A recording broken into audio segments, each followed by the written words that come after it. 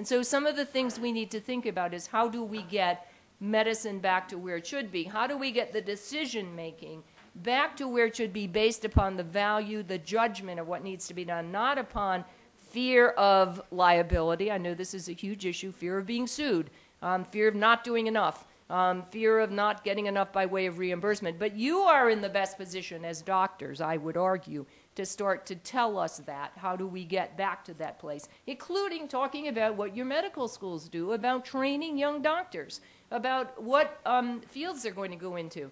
And I'm going to finish up because we have a lot of work to do this morning. But I want to stress a couple things. First, I want to restate that while global payments may encourage care coordination, they pose significant challenges. And I want to make sure that we do not make the mistake of looking for a quick legislative fix or a quick market fix that frankly isn't going to give us the room to address the issues that we know we need to address. And so we want to talk about how that is going to work and how we can instill value by looking at total medical expenses and looking at where the decision making should be as we go through the system.